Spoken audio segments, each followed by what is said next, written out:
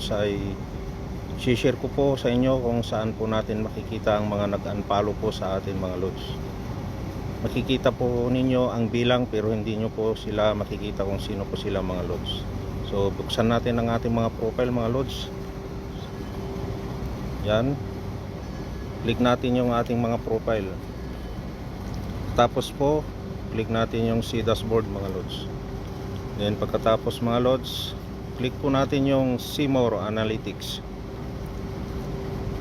Katapos click po natin yung audience mga load, audience.